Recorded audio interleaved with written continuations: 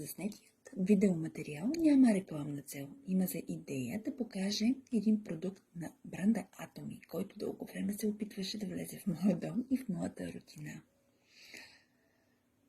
Видеозаснетото клипче всъщност е подарък, ревю за моята любима Леля. Става въпрос за кремът за ръце на Atomy.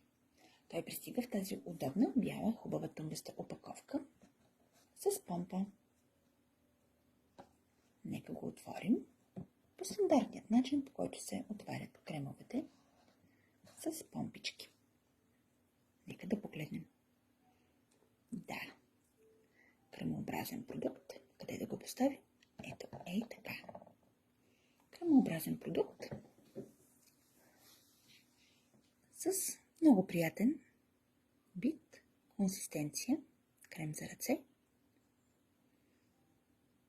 Разнася се приятен аромат на цветя.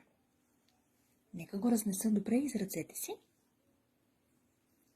Не се усеща онова глицериново неприятно чувство, което по принцип кремовете за ръце остават даже дълго време след себе си.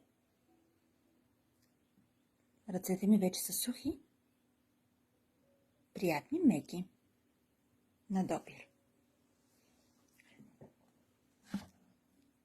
Особено в студено време, идеален продукт.